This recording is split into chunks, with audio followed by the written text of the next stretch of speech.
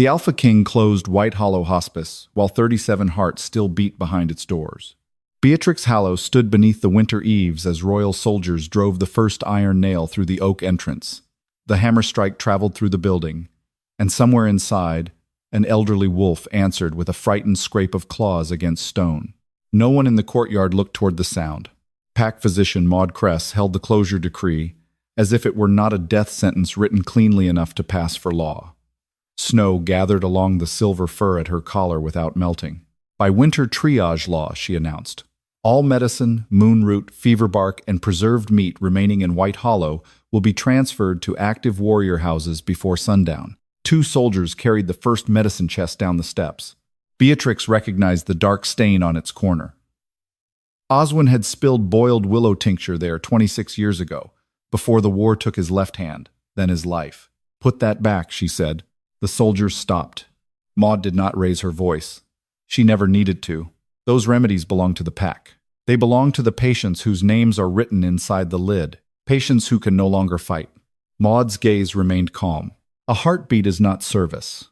A second nail entered the door. Beatrix kept her hands folded against her worn gray skirts so no one would see them shake. At 53, she had learned that grief became easier for other people to dismiss when it looked untidy.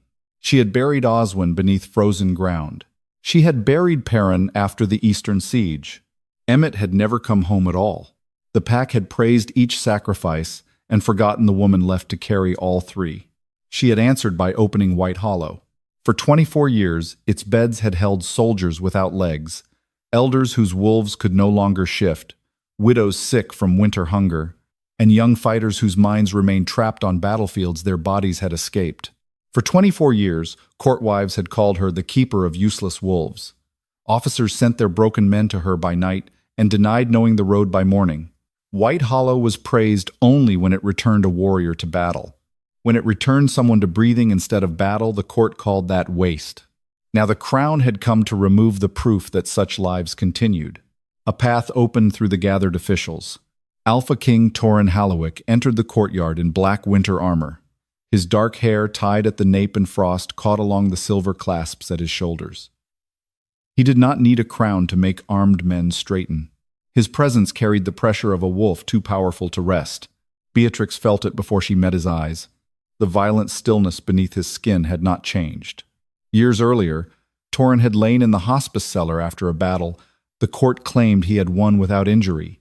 His royal wolf had torn against his ribs each time sleep approached, its panic driving one heartbeat toward the other, as though beast and man would devour the same life from within. Beatrix had sat beside him for 9 nights, 2 fingers against his pulse, 1 hand against his sternum, listening until she could separate the heartbeat of the king from the heartbeat of the wolf trying to swallow it. He had never spoken of those nights publicly. Neither had she. Torren stopped before the nailed door. Have the patients been assigned elsewhere? Maud inclined her head. The useful cases will go to the military infirmary. The terminal and non-combatant cases will be returned to their households. Several have no households, Beatrix said. Torren looked at her. The courtyard seemed smaller beneath that gaze. You were ordered to submit a reduced winter list. I submitted the names of everyone still alive. You listed 21 patients who have not served in 3 years. They are not medicine requests. They are people. A faint movement passed through Torren's jaw. Maud stepped between the words before they could become argument. White Hollow's survival rate has fallen below royal standard. Mistress Hallow uses valuable remedies to prolong decline rather than restore service. Beatrix turned toward her. You removed half our moon root allocation, because the border houses required it. You removed the pain tinctures, because warriors capable of returning to duty required them. You changed the death totals. Silence moved through the officials. Subtle but immediate. Maud's expression remained sympathetic. Grief has made you suspicious of every practical decision. Practical. That was the word people used when another person's suffering cost them nothing. Torren took the decree from Maud and read the final line. White Hollow is to be emptied before nightfall. The same signature that had hidden his 9 nights in the cellar now ordered every other hidden body out into the snow. Behind the door, someone began coughing. Beatrix knew the patient by rhythm alone. 4 shallow breaths, 1 broken pause. Delamar from the Northern Watch, who had survived a collapsed lung because Beatrix spent an entire storm holding her upright. "Give me 7 days," Beatrix said. "The first deep freeze arrives tomorrow," Maud replied. "Then give me 1 night." Torren folded the decree. "No." The word did not come cruelly. That made it worse. Beatrix looked at the man whose life White Hollow had once counted breath by breath. "You slept safely here because no one measured your usefulness while you were wounded." Several soldiers lowered their eyes. Torren's face hardened. "This is not about me. No. It is about everyone who was not born important enough to be injured at the kingdom's expense." His royal wolf pressed against the air between them, unseen but heavy. For one moment, Beatrix remembered his hand closing around hers after his fever broke.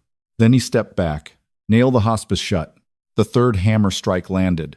Above them, one of the silver chimes beneath the roof moved. There was no wind. White Hollow's Breath-Chimes had hung silent for generations. Old hospice law claimed each one held the continuing breath of a patient who had left the building alive, but Beatrix had never heard them speak. Breath-Chimes did not mourn the dead.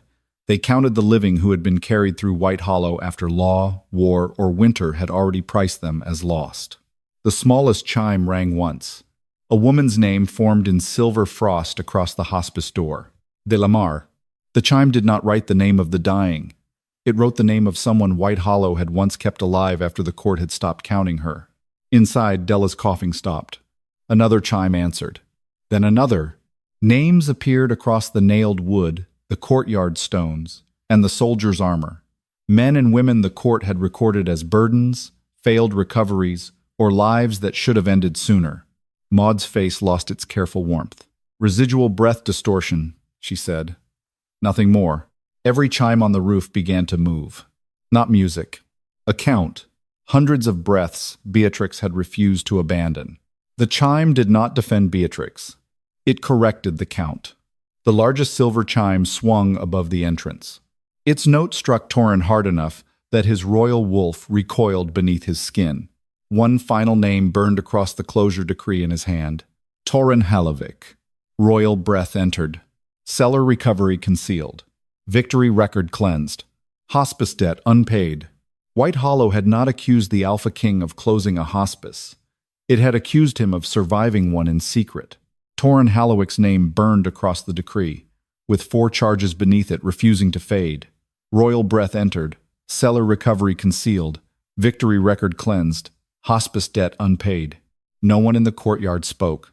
Torren held the parchment without lowering it. His face had gone still in the way powerful men became still when anger was safer than shame. Beneath his armor, his royal wolf pressed against his ribs, recoiling from the note that had recognized what the official history denied. Maud Cress recovered first. "Residual breath distortion," she said. "Old hospice instruments echo guilt, not fact. No private cellar entry can overturn winter triage law." Beatrix looked at the largest silver chime. "Then read what the victory record buried." Torren's gaze moved to her. "You will not direct a royal inquiry from a sealed hospice. I am not directing it. Your name entered the record before I spoke." Silver frost crossed the courtyard stones toward the cellar steps. The Breath-Chimes did not open the doors. They did not choose Beatrix.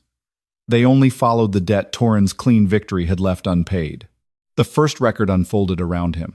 A younger Alpha King appeared in pale winter light, carried through White Hollow beneath a blood-dark cloak. 4 soldiers supported his weight, though the public account later claimed he had ridden home unaided. Above the courtyard, a second image formed. Torren sat upright on a black warhorse beneath the royal banners, his sword raised while the pack celebrated the victory at Hollow Ridge. His armor appeared unbroken. No healer walked beside him. No wound was entered into the official record. The chimes struck twice. Public injury record, none. The cellar image sharpened. Torren's younger body convulsed against a narrow cot. Linen restraints bound his wrists before his claws could turn inward and tear through his own chest. Beneath his skin, the outline of his royal wolf twisted toward his heart instead of reaching for the shift. Royal wolf unstable. 2 silver pulses appeared above his ribs. One belonged to the man. The other raced beneath it, striking against the first until both rhythms began collapsing into the same beat. 9 nights separation required. The soldiers nearest Torren lowered their eyes. Some had been boys when the victory songs were first sung. They had grown up believing their Alpha King returned from Hollow Ridge untouched. Night after night, Beatrix sat beside the cellar cot in a plain dark dress. 2 fingers rested against Torren's wrist. Her other hand remained over his sternum, measuring the wolf beneath the man. Whenever the second heartbeat surged, she altered the pressure of her palm and made him follow the rhythm of her breathing. When his body tried to shift, she held the 2 pulses apart until the danger passed. It was not healing magic. It was not royal command. It was one exhausted woman refusing to stop listening when everyone else had already begun preparing a cleaner version of the battle. On the 4th night, Torren woke with his teeth against her wrist. The record preserved the pressure without turning it into blood. Beatrix did not pull away. "Stay in your own heart," her younger voice said. The present Torren flinched. Enough. The chimes did not obey him. They were not subjects receiving an alpha command. They were following a survival record entered years before. Night witness. Beatrix Hallow. The 9th night appeared. Torren's royal wolf finally settled behind his ribs. His hand closed around Beatrix's, not in gratitude or possession, but because sleep still felt like a place where one heartbeat might consume the other. At dawn, royal officers entered the cellar. They removed the restraints. They carried away every cloth marked by fever and struggle. A clean victory report was placed on the table beside Torren's bed. Public injury record erased. That clean report had not merely protected Torren's pride. It had become the standard used to judge every wounded body that failed to rise as quickly as the king appeared to. The king had survived slowly. The record taught the court to punish everyone else for doing the same. Beatrix met Torren's eyes. "You closed the only place that knew your wolf had once been too wounded to stand." Torren folded the decree around his burning name. "This proves a private recovery," he said, his voice controlled again. "It does not invalidate the law governing White Hollow." But his hand remained closed around the decree, as if letting it go would admit the crown had survived on a lie. Maud inclined her head. Private recovery cannot override winter triage law. Beatrix did not ask Torren to remember her care. She did not ask him to reopen the doors. If usefulness is the measure of life, then your crown survived here unlawfully. Torren's jaw tightened. The king had duties waiting. So did every wounded fighter who entered White Hollow. You are comparing the crown to those who could no longer serve. I am comparing one living body to another. His royal wolf struck once against his ribs. Beatrix saw the pain cross his face before discipline erased it. "You did not only hide your wound," she said. "You let the kingdom turn your false recovery into law." The chimes rang again. This time, the frost did not gather around Torren. It traveled across the stones toward Maud. Her expression remained composed, but one gloved hand closed over the physician's seal at her throat. The silver record traced its shape. Pack physician seal later amended. Maud stepped away from the frost. Recovery categories change. A stable breath in one season can become a failed case in the next. The chimes answered by filling the stones with columns of altered marks. Recovering. Stable. Independent breath maintained. Each status darkened beneath a later seal. Non-restorable. The word appeared again and again. Torren looked at Maud. "Were these categories changed after you became pack physician?" "They were corrected under royal standard." "That was not my question." "Standards exist because attachment corrupts judgment." White Hollow kept people alive long after their recovery had ceased to serve the pack. Beatrix watched the altered categories spread. Maud had not closed White Hollow with a hammer. She had closed it one category at a time. A patient did not need to die to be erased. Maud only had to rename the breath. Maud lifted her hand toward the nearest soldier. "Remove the chimes." The courtyard went colder. A soldier looked toward Torren, waiting for him to contradict the order. Torren did not. Not yet. Beatrix kept her eyes on Maud. "That is not fear of distortion." The chimes answered before Maud could speak. Pack physician Maud Cress. Survival category altered. Death total corrected. Royal standard falsified. Maud had not killed White Hollow with a blade. She had killed it one category at a time. The nearest soldier climbed onto the hospice steps and reached toward the first silver chime. "Remove every instrument from the roof," Maud ordered. "Seal them in the physician's vault until their contamination can be measured." Beatrix did not move between him and the chimes. Standing beneath them would only help Maud claim the widow was defending her own magic. "Take them down," Beatrix said.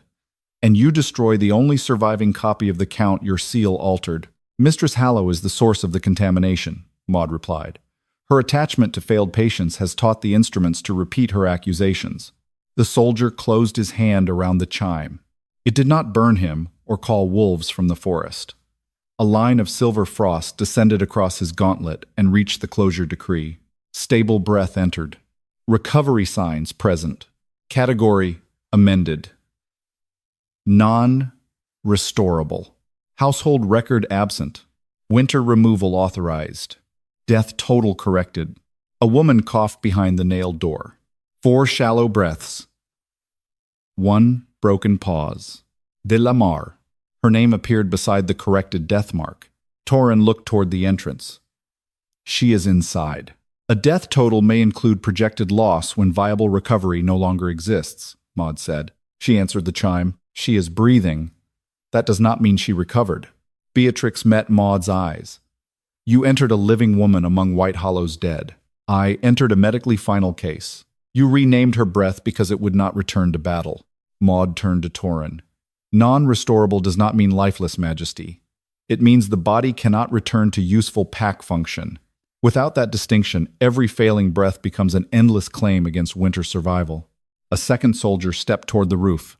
Stop, Torren commanded. The soldiers froze. He did not order the nails removed. He did not return White Hollow to Beatrix. The closure decree remained clenched in his hand. No chime leaves this roof until its record is compared with the physician's ledger. Maud inclined her head. That comparison will delay the lawful transfer. The transfer is suspended. Only suspended. Beatrix understood the distance between that word and justice. The chime above Della rang again. Silver light formed the outline of a narrow bed and a woman learning to breathe through one damaged lung. Beatrix's younger figure lifted Della's shoulders through the hours when lying flat would have stopped the weakened rhythm. The record did not turn care into magic. It counted choices. Patient maintained independent breath. Recovery category eligible. Pack physician amendment entered. Category revised. Non-restorable. Then Della's claim disappeared from the record. Her place in White Hollow's recovery count vanished with it. A patient did not need to die to be erased. Maud only had to rename the breath. More frost crossed the courtyard. Stable. Recovering. Independent movement achieved. Night terror reduced. Wolf-heart separation maintained. Each status darkened beneath the same later seal. Non-restorable. Transfer authorized. Claim withdrawn. Corrected as death. The records gathered around Torren's boots. His own 9-night recovery had been removed from history because royal survival could not be permitted to look slow. Everyone else had been punished for failing to match the lie. You moved living patients into White Hollow's death count, Torren said. I applied the royal standard your court approved. Do not hide behind my seal while answering for yours. I am not hiding. I am reminding you that the kingdom cannot sustain everybody Beatrix refuses to release. A life does not become waste because war has finished using it, Beatrix said. A kingdom does not survive by pretending care has no limit. White Hollow never made that claim. You kept patients after recovery ceased. I kept them after service ceased. Those are not the same thing. The difference cut through the courtyard. Maud had built her authority by forcing those meanings together. A person who could no longer fight became a person who could not recover. A person who could not recover became a breath the court no longer had to count. The Breath-Chimes were not asking for pity. They were correcting history. How many living patients were entered as deaths? Torren asked. The figures followed the approved method. That was not my question. The method determines the answer. A lower chime sounded near the eastern roof. Its silver line followed Maud's physician seal into an allocation ledger. Stable breath entered. Recovery signs ignored. Non-restorable mark applied. Medicine claim withdrawn. Winter removal authorized. The last line opened. Withdrawn claim reassigned. Receiving wards. Noble warrior houses. Maud's hand closed around the seal at her throat. Allocation records are crown property, she said. Reading them in open court is theft. Torren did not look at Beatrix. He looked at the soldiers holding the chime. No record leaves this courtyard. No ledger leaves the physician's office. And no patient is moved until I see where every withdrawn claim went. He had not reopened White Hollow. He had not apologized. He had only stopped the evidence from disappearing beneath another clean order. The final silver line opened beneath the allocation record. Primary Receiving Ward. Cress. Sponsored Noble War Hall. Physician Approval. Maud Cress. Withdrawn from White Hollow Non-Restorable Cases. Delamar still breathed behind the door, but the medicine assigned to that breath had already been delivered somewhere the court considered more useful. Delamar still breathed behind the door, but the medicine assigned to that breath had already been delivered to a noble war hall. Torren ordered the allocation ledger brought into the courtyard. Maud did not object to the command. She objected to the witnesses. Allocation records are crown property, she said. They cannot be opened before patients, soldiers, and servants without compromising military care. Beatrix looked at the silver line connecting Della's name to the physician's seal. If Della lives, her claim cannot lawfully belong to another ward. Her treatment claim ended when she was classified non-restorable. Her breath did not end. Breath is not ownership. No, but it proves you reassign medicine from someone already entered among the dead. 2 royal clerks emerged from the physician's office carrying a black iron-bound ledger. Neither met Maud's eyes. Torren pointed to the table beneath the hospice eaves. Open it. Majesty, those pages contain protected command injuries and noble houses. Then the court has hidden the transfer behind the men who received it. You are accepting an accusation before authentication. I am securing the record before it disappears. He did not look at Beatrix when he said it. The ledger smelled of wax and bitter moonroot.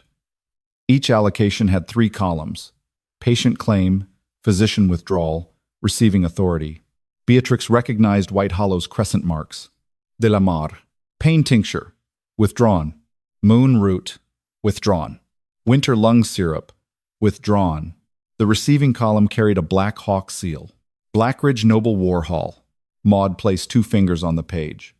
Blackridge treats warriors expected to return to Eastern Command. The transfer preserved active defense. You did not feed warriors, Beatrix said. You fed them with the medicine of people you renamed as dead. A murmur moved through the soldiers. Maud turned toward them.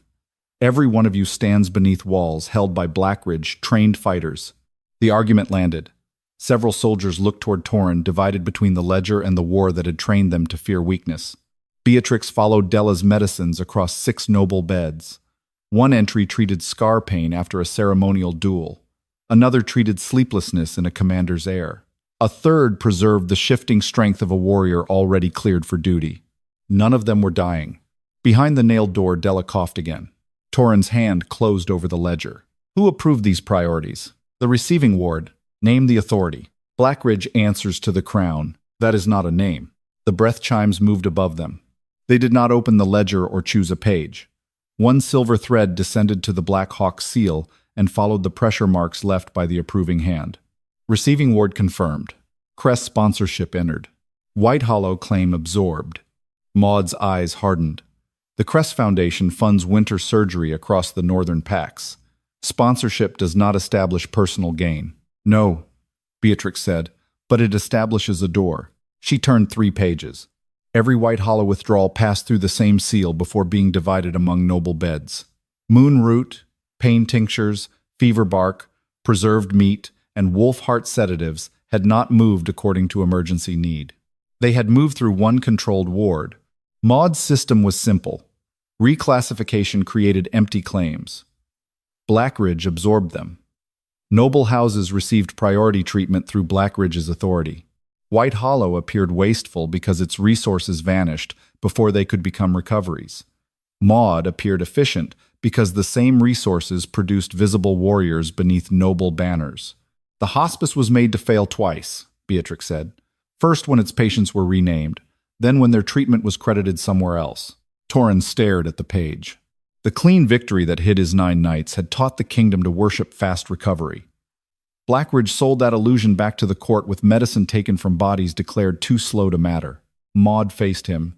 If you pursue every redirected claim, the eastern houses will call it an attack on active defense. Some hold your winter levies. Others guard the succession roads.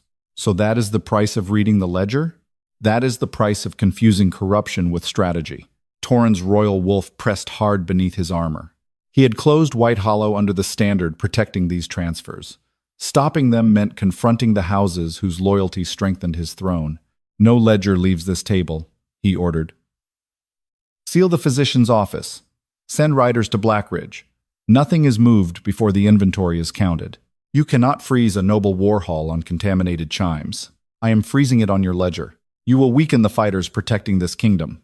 Torren looked at Beatrix, but he did not ask forgiveness. What happens if White Hollow's claims are restored? They receive what was assigned before someone decided their lives had ceased to count. That will not make every patient recover. No. It will stop the court from killing the chance before the body is finished using it. A clerk turned the final page, linked to Della's claim. The Black Hawk seal appeared again. Primary Receiving Ward, Blackridge Noble War Hall. Ward Master, Lord Garen Strake. Royal Priority Sponsor, Alpha King Torren Halewick. Torren's hand went still. The stolen medicine had not only entered a noble hall protected by his crown, it had entered under his own priority seal. The seal on Delamar's stolen medicine was not a forgery. That was what made it worse. Torren's priority mark stood beneath the Blackridge entry in clean black wax, pressed deeply enough to prove royal authority had opened the road before Maud ever redirected a single claim. Maud rested one hand on the ledger. "The seal was issued after Hollow Ridge. You ordered active warriors protected above all non-restorable cases during winter emergency." Torren did not deny it. Beatrix watched the memory return to him, not the 9 nights in White Hollow's cellar, but the weeks afterward, when the court had turned his hidden weakness into a victory strong enough to justify harsher standards for everyone else. "How long was the order meant to remain active?" he asked. "Until the eastern threat ended. It ended 4 winters ago. Wars end on parchment before they end at borders. That seal was never reviewed? It was renewed through physician authority. Under whose discretion?" Maud met his eyes. "Yours, delegated to mine." A clerk loosened the iron clasp on the ledger. Beneath Torren's priority mark, a narrow column appeared in faded ink. Royal priority entered. Emergency duration omitted. Physician discretion extended. Annual review bypassed. The Breath-Chimes did not ring. They had already shown who continued breathing. The ledger now showed how the Crown had made their erasure legal. Torren looked at the original warrant. His signature crossed the lower edge in a younger, harder hand. He had not written Della's name. He had written the rule that allowed Maud to remove it. "You signed this before becoming pack physician," he said. "I inherited an emergency system and made it efficient. You kept an expired war order alive. I kept active fighters supplied, with claims withdrawn from living patients, with resources reassigned from cases your own law defined as final." Beatrix touched the edge of Della's page. "A patient did not need to stop breathing to lose her medicine. You only needed the king's seal and the wrong column." Maud's gaze sharpened. "You speak as though every royal order becomes corrupt because someone suffers beneath it." "No. I speak as though suffering becomes invisible when the order is written broadly enough." Torren's royal wolf moved under his armor. The motion was not pain this time. It was recognition. His clean recovery had become the model. His emergency order had become permanent. Maud had joined the two until anybody healing more slowly than the king's official record could be classified beneath the needs of war. "You did not only hide your wound," Beatrix said. "You let the kingdom turn your false recovery into law." Torren's jaw tightened. "I signed during an Eastern mobilization, and never asked who remained beneath it after the war ended." Maud stepped closer to the ledger. "Majesty, withdrawing that seal now would disrupt Blackridge treatment, noble levies, and 3 border commands. Lord Garen Strake will call it a breach of wartime obligation. Lord Garen received medicine assigned to patients recorded as dead while still breathing. He received what the Crown prioritized." The sentence settled between them. Maud had not needed to counterfeit Torren's authority. She had only needed him to value the appearance of an unbroken army more than the bodies removed from its story. Torren looked toward the soldiers surrounding White Hollow. Several wore Blackridge insignia beneath their cloaks. "Who among you was treated there?" he asked. 3 men raised their hands.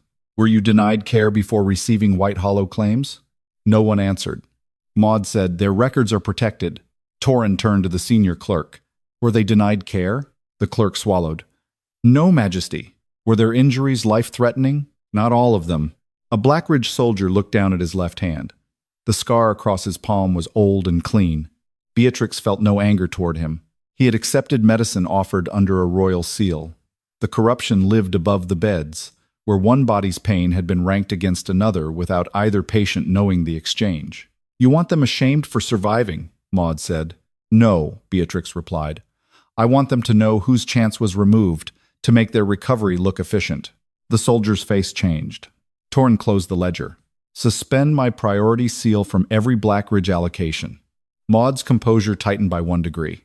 "You cannot undo a standing war authority in a courtyard. I created it outside one. You will weaken the crown's most loyal houses. I will learn whether their loyalty was purchased with medicine taken from people my court had already erased." He had still not reopened White Hollow. He had still not restored Beatrix's authority. But for the first time, he used the same royal power that had enabled the system to stop its next transfer. Maud lifted her chin. "Then the Eastern houses will demand a hearing. They will have one. And when warriors die waiting for medicine?" Torren looked at the nailed doors. "When did you last ask that question about anyone inside White Hollow?" Maud did not answer. The senior clerk removed a thin black cord from the ledger's spine. The suspended royal seal had released a concealed fold beneath the binding, an old inspection page pressed so flat that later records had been written over it. Most of the ink had been scraped away. One objection remained visible. Allocation discrepancy reported. Receiving ward linked to physician sponsor. Witness requested protected review. The signature below had been cut through twice, but Beatrix recognized the hard downward stroke.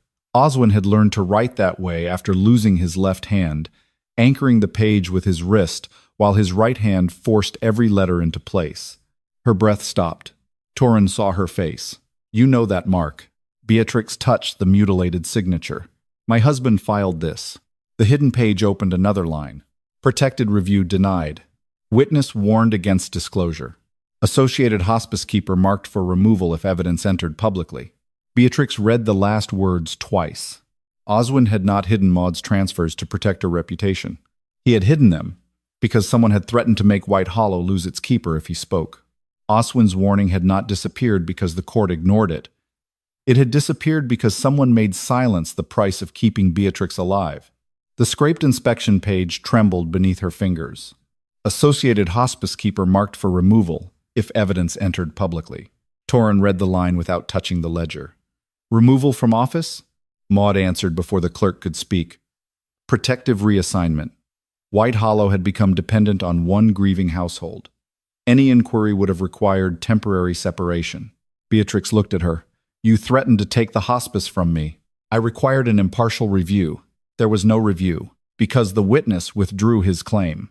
Oswin's mutilated signature lay beneath those words.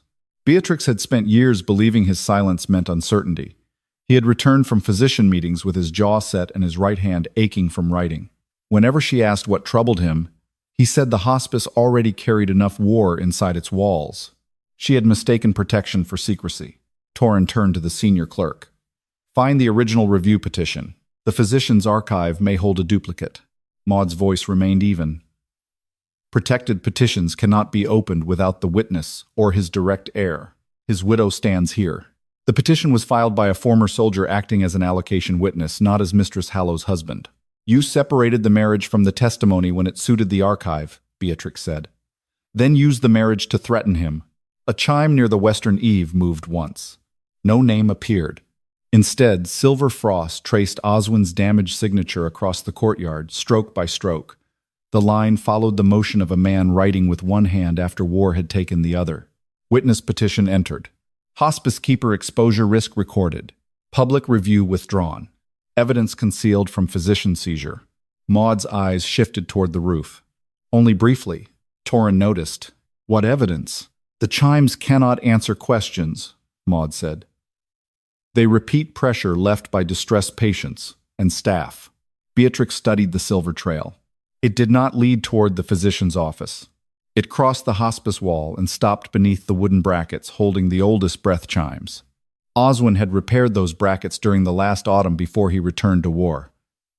Beatrix remembered him working after dark, refusing help while he fitted thin iron plates beneath the roofline. He had told her the winter wind was loosening them. There had been no wind that night. "He hid something above the western ward," she said. Maud lifted her hand. No soldier is to disturb hospice property until contamination is contained. Torren looked at her. A moment ago, you ordered the chimes removed. I ordered instruments secured. I did not authorize a widow to invent evidence inside their fittings. Then you will have no objection to watching them opened. His command remained cold. It carried no apology and returned nothing to Beatrix. But the soldiers obeyed him rather than Maud. One climbed the western ladder and loosened the oldest bracket. A narrow strip of oilskin fell onto the snow. Beatrix knew Oswin's stitching before she touched it. He had repaired her winter gloves with the same uneven black thread after losing his left hand. Inside the oilskin was not a confession. It was a copied route. White Hollow claim, Cress Physician Review, Blackridge Receiving Ward, Royal Priority Authority, the same path the ledger had revealed, but written years earlier, in Oswin's hard, compressed script. At the bottom he had added one sentence. If this enters public record, remove Beatrix first. She knows the patients by breath and can rebuild the count. Torren read it twice. He believed they would come for you. They did, Beatrix said. They just waited until the court could call it winter law. Maud's expression did not break. A frightened husband's private note proves only that he misunderstood administrative procedure. He understood enough to hide the route from your vault, Torren said. He also withdrew his petition. To keep her alive. To keep White Hollow from collapsing under scandal. Beatrix folded the oilskin carefully. Oswin had protected her. But his choice had also left her inside a system she did not know was being hollowed out around her. She could love what he tried to save, and still feel the wound of being denied the truth. Why did he return to war? Torren asked. The question struck harder than the record. Oswin had already lost a hand. His service years were complete. Yet 3 months after filing the petition, he had been recalled to the Eastern Front under a medical fitness exception. He died before winter ended. Maud looked toward the clerk. Military reassignment falls outside physician authority. The Breath-Chimes moved again. This time, the silver trail left Oswin's hidden route and entered the old service register beneath Torren's suspended priority seal. Former soldier status, exempt. Medical fitness, limited. Witness petition withdrawn, exemption reviewed. Return to service order approved. Beatrix's throat tightened. The approving seal had been pressed over the final line. Not Torren's, not Blackridge's. The physician's crescent at Maud Cress's throat. Maud had not killed Oswin with a blade. She had returned a one-handed witness to the war that finished him. The physician's crescent on Oswin's return order did not prove Maud wanted him dead. It proved she had found a lawful road back to the battlefield. Maud released the seal at her throat and let it fall against her dark winter robes. Medical approval does not determine military placement, she said. Oswin Hallow was declared capable of restricted service. The Eastern Command decided where that service was needed. He had one hand, Beatrix said. He could read supply rolls. He could also identify the medicine you redirected. Maud's gaze settled on the oilskin copy in Beatrix's hands. He concealed crown records and hospice property. That makes him a thief, not a protected witness. The soldiers shifted. Maud had changed the shape of the courtyard again. Oswin was no longer a wounded veteran forced back into war. He was a man who had hidden royal documents. Beatrix was no longer the widow of a silenced witness. She was the keeper of stolen evidence. Seize the oilskin, Maud ordered. No soldier moved. Torren stood beside the open ledger, his hand still resting over the priority seal that had allowed White Hollow's medicine to pass into Blackridge. The evidence remains where it is. Maud looked at him. Majesty, concealed allocation records constitute theft from the crown. So does taking medicine assigned to a living patient. Then both crimes require custody. Beatrix folded the oilskin against her chest. You want the copy because the original belonged to your vault. I want the copy because your husband removed protected information and hid it inside instruments you now claim can judge the court. The chimes did not create his writing. No. But grief can make a widow believe any hidden mark confirms what she has spent years needing to believe. The words landed where Maud intended. Not against the evidence. Against Beatrix's credibility. Torren looked toward the service register. Find Oswin's final assignment. The senior clerk turned the pages beneath the suspended royal seal. The return order led to an Eastern Supply Command, not a frontline unit. Restricted service entered. Winter convoy assigned. Cargo. Physician stores. Receiving ward. Blackridge Noble War Hall. Beatrix closed her eyes for one breath. Maud had sent Oswin along the same road he had tried to expose. He was placed inside the transfer route, she said. He was assigned according to his remaining ability, Maud replied. A one-handed veteran could verify inventory, or disappear beside it. Careful. Maud's voice remained quiet, but the warning sharpened every soldier in the courtyard. Accusing a royal physician of arranging a death without direct proof is sedition. Torren's royal wolf pressed beneath his armor. Beatrix saw his hand lift toward her when the cold made her sway. She stepped back before he could touch her. Years earlier, she had held his pulse while his wolf fought to consume his heart. Now his fingers hovered in the space she refused to give him. You were saved here, she said. That does not give you the right to decide who deserved the same chance. Torren lowered his hand. His expression closed, but he did not retreat behind the decree. Continue the assignment record. The clerk turned the page. The convoy had carried 6 locked medicine chests from the northern physician storehouse toward Blackridge. Oswin's name appeared beside the inventory because his restricted duty required him to count each seal at departure and arrival. Departure count, 6. Blackridge receipt, 6. The numbers matched. Beatrix studied the wax impressions beneath them. They are not the same seals. Maud answered at once. Wax changes in winter. Shapes do not. Oswin had drawn the departure seals beside his count. 5 bore the physician's crescent. The 6th carried White Hollow's open breath mark. At Blackridge, every chest bore the crest crescent. The hospice seal had been replaced. Torren leaned over the page. What was in the 6th chest? The cargo list had been scraped. The breath-chimes remained silent above them. This was no continuing breath they could count. Oswin had died before returning to White Hollow. The answer had to come from the human record he left behind. Beatrix turned the oilskin over. A second line of stitching ran beneath the edge. She cut it with the tip of the clerk's quill knife. Inside lay a strip of thin bark covered in Oswin's compressed handwriting. Chest 6. White Hollow pain tincture and wolf. Heart sedative. Patient still living when claim withdrawn. If Blackridge receipt carries 6 crest seals, the hospice mark was removed after departure. Maud did not look away. A copied note proves what he suspected, not what occurred. Then show us the convoy witness statements, Torren said. There were none. 6 chests crossed the eastern road without guards? There were guards. Then where are their statements? Maud's silence lasted only a moment. The convoy was attacked at Hollow Pass. 3 men survived. Their testimony concerned the attack, not allocation seals. The senior clerk found the casualty page. Oswin Hallow, killed in service. 2 guards, killed in service. 3 guards, recovered. Beatrix read the names of the survivors. One belonged to the Blackridge soldier who had raised his hand earlier when Torren asked who had been treated in the Noble War Hall. The man stood near the outer wall, his scarred left palm open at his side. Torren faced him. You guarded Oswin's final convoy. The soldier's face drained of color. Maud spoke before he could answer. Military testimony cannot be reopened through a hospice proceeding. This is no longer only a hospice proceeding, Torren said. The soldier looked at Beatrix. I saw your husband after the attack. The courtyard became still. He was alive when Blackridge riders reached us, the man continued. His wound was not mortal. Beatrix's fingers tightened around Oswin's note. Then how did he die? The soldier swallowed. Pack physician Maud Kress ordered him separated from the other survivors before treatment. The soldier's testimony did not prove Maud had ordered Oswin killed. It proved she had taken control of whether he received treatment. Torren stepped away from the ledger table. Tell me exactly what happened at Hollow Pass.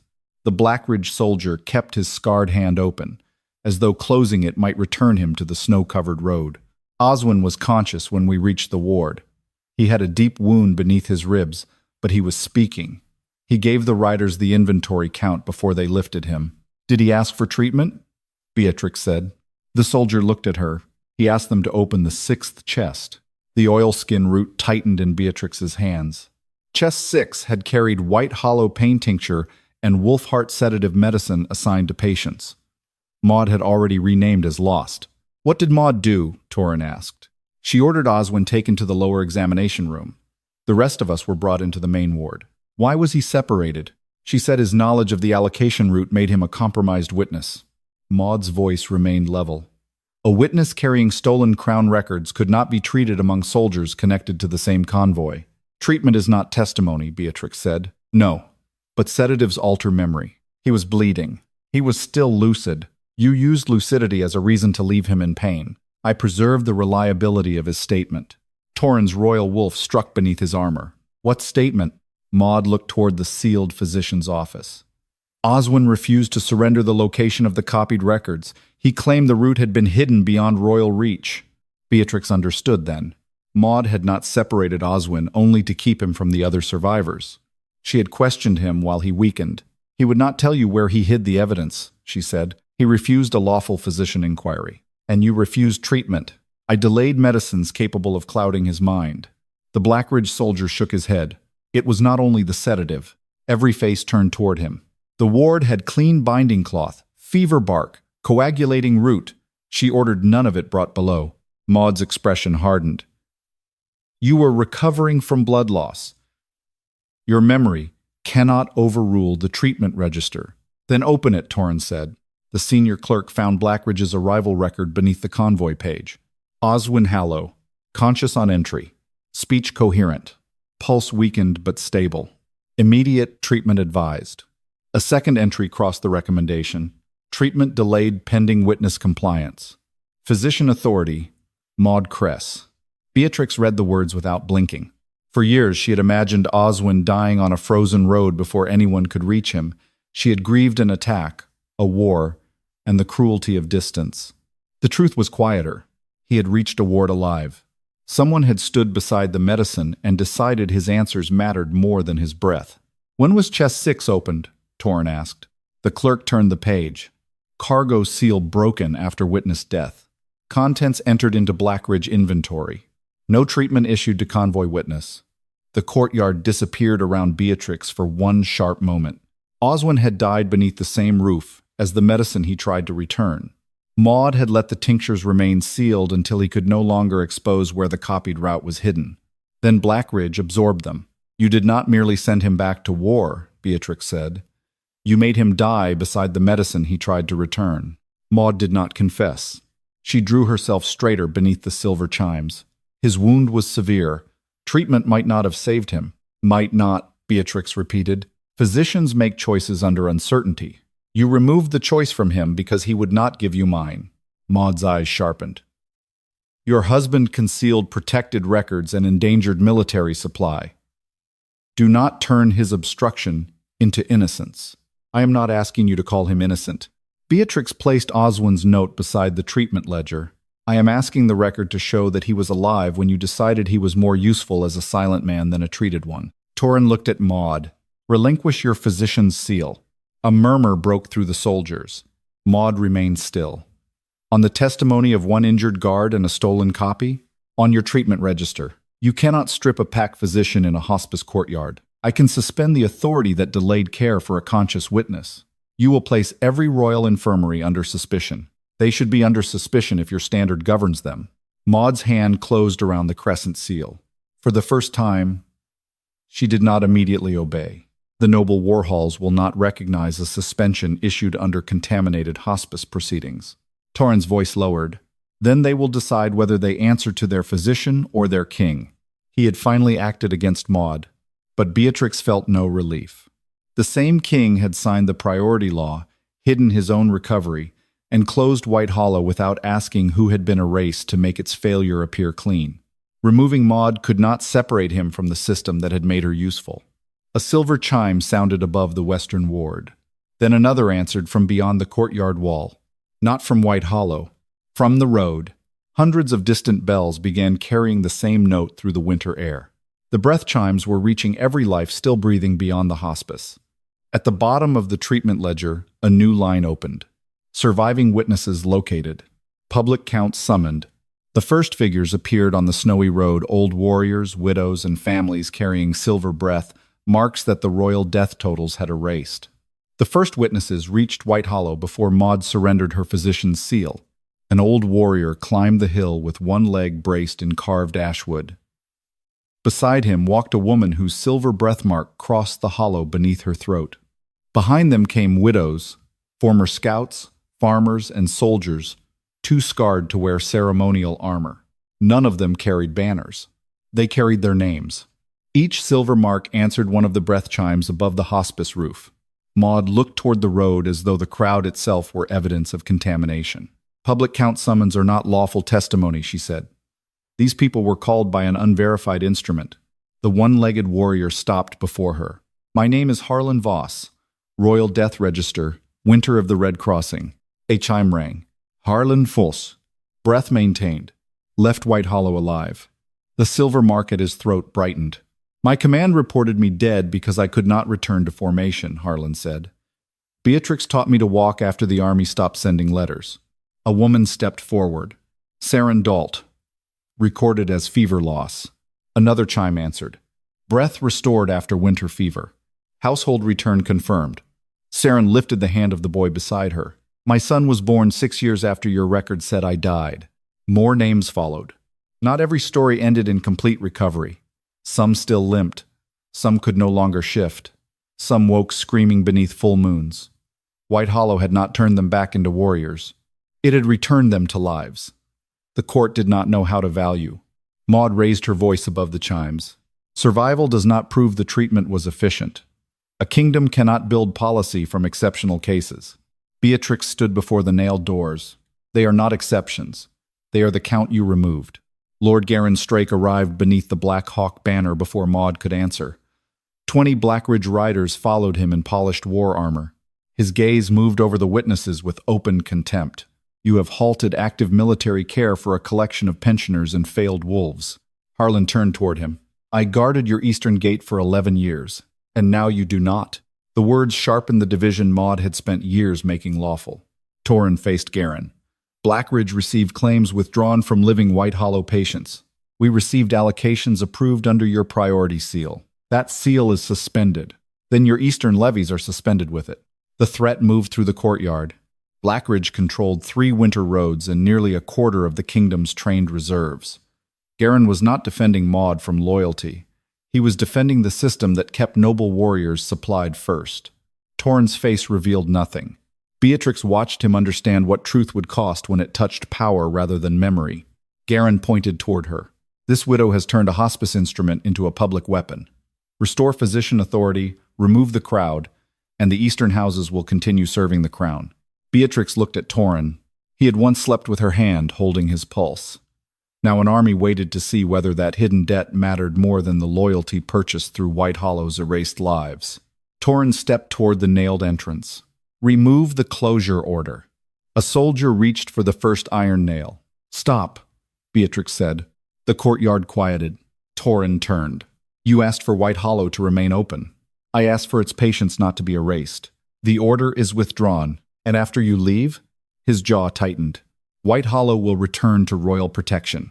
Under another pack physician appointed by your court, I will appoint someone outside Maud's faction. And when the next winter comes, when another war needs clean victories and useful bodies, Garin gave a cold laugh. She refuses the hospice now that she has won it. Beatrix did not look at him. I will not take White Hollow back if it still belongs to the authority that closed it. Torren's royal wolf moved beneath his skin. What are you demanding? An independent sanctuary. Maud finally removed the crescent seal from her throat, but she did not hand it over. Hospice law does not permit medical territory outside royal supervision. Then hospice law protected the wrong people, Beatrix said. You would place treatment decisions in the hands of patients, in the hands of those who live with the decisions. She faced the witnesses. White Hollow will answer to a council of former patients, household caregivers, healers, and one crown observer without command authority. Garin stepped forward. No royal medicine may enter an unsupervised sanctuary. Then return what was taken from its living claims. You would weaken every noble ward. No, I would stop feeding them from names already entered as dead. The breath-chimes sounded across the roof. Not in triumph. In count. Hundreds of silver names moved through the air around Beatrix, Torren, Maud, and Garin. No one knelt. No ancient power crowned the widow.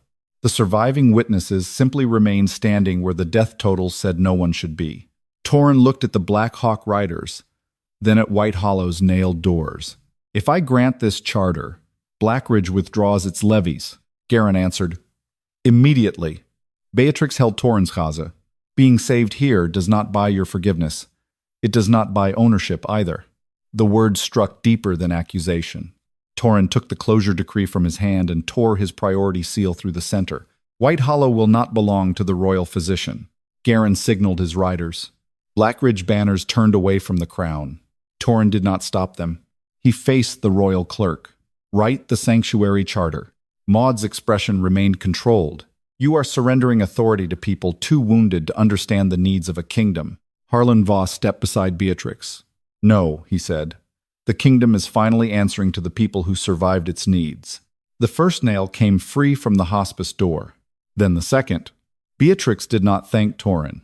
She looked at the charter taking shape beneath the clerk's hand and added the first condition herself. No life shall lose its claim because war has finished using it. The sanctuary charter did not heal White Hollow in a single afternoon. It changed who possessed the right to close it. By dusk, the iron nails lay in a black pile beneath the entrance. The doors opened under human hands, not magic. Former patients carried blankets inside. Household caregivers relit the kitchen fires. Royal clerks copied every surviving breath mark into a new ledger that could not be altered by one physician's seal. Beatrix entered last. Delamar remained in her narrow bed beside the western window, breathing through one damaged lung. You took your time, Della whispered. Beatrix sat beside her and placed 2 fingers against the pulse beneath her wrist. I had to make certain they could not close the door again tomorrow. Outside, the Breath-Chimes continued sounding names into the winter evening. They did not celebrate. They verified. Torren remained in the courtyard while the independent council selected its first members. Harlan Voss represented former patients. Saren Dalt represented households. 2 healers, chosen by White Hollow's staff, took the medical seats. Beatrix accepted the position of keeper only after the charter placed her beneath the council rather than above it.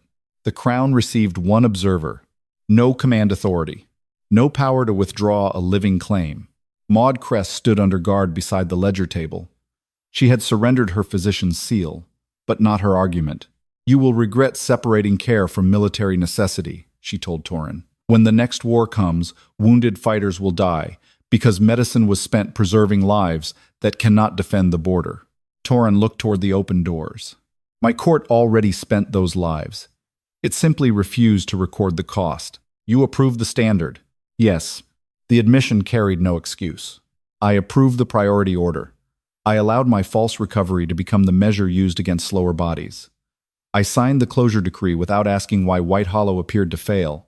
Beatrix heard him from inside. The words did not return Oswin. They did not restore the years Maud's categories had taken from the hospice. But Torren did not hide behind ignorance. Maud was taken to a public hearing before representatives of White Hollow, the royal court, and the houses whose wards had received reassigned claims. Lord Garin Strake refused the summons and withdrew Blackridge's winter levies. Torren did not reverse his decision. The eastern roads became harder to hold. Noble houses accused him of weakening the kingdom for a widow's grievance. Several commanders demanded the sanctuary charter be revoked. He answered each challenge by releasing the allocation ledgers. The truth cost him soldiers, alliances, and the illusion that his reign had never depended on hidden wounds. Beatrix considered that a beginning, not payment. During the following weeks, every person marked non-restorable received a new review before a mixed council. Some returned to their households. Some chose to remain at White Hollow. A few died beneath clean blankets with their names still entered among the living until their final breath actually ended. The breath-chimes never rang for the dead. When a life ended, the corresponding silver mark simply became still. No physician could move it earlier. Oswin's remains were returned from the military burial ground at Hollow Pass. Beatrix conducted no grand royal rite. She placed his one-handed service badge beside the western chime bracket where he had hidden the evidence. You should have told me, she whispered. The winter air offered no answer. She understood why he had remained silent. She also understood the harm of being protected through ignorance. Love did not make that choice harmless. Torren attended the burial without armor. He remained beyond the circle until Beatrix looked toward him. Come closer, she said. He stopped several steps away. That is close enough. He obeyed. After the others left, he stood beneath the breath-chimes while snow gathered across his dark hair. I remember the cellar now, he said. You remembered before. I remembered being ill. I did not remember what the court removed afterward. Beatrix faced him. That difference matters to you more than it does to the people judged by the lie. Yes. His answer held no resistance. He extended one hand, then stopped before reaching her. Years ago, she had held that hand through 9 nights of fever. In the courtyard, when he tried to steady her, she had stepped away. Now he waited. I cannot ask you to trust the crown, he said. No. I cannot ask you to forgive what I signed. No. His wolf moved beneath his skin, not with violence, but with the old sleepless unease she recognized. I can submit every future royal recovery to the same record as any other patient. No clean victory reports, no hidden cellar. That is law, not courtship. It should have been law before I wanted anything from you. Beatrix studied the man who had once believed authority could decide which lives deserved to continue. What do you want from me now? The right to return without command. That is not yours to grant yourself. I know. She placed her fingers against his wrist. His pulse remained steady. The wolf's heartbeat answered beneath it, separate and controlled. For the first time, Beatrix did not hold them apart because the king required saving. She listened because she chose to. Torren turned his hand beneath hers but did not close it around her. White Hollow stood open behind them. Inside, no bed belonged to the crown, no breath needed to prove future usefulness. No healed body owed war another service in exchange for surviving. The Breath-Chimes moved gently above the roof. They spoke no royal name. There was no unpaid debt left for them to expose that night. Only 2 living heartbeats beneath Beatrix's hand, neither consuming the other.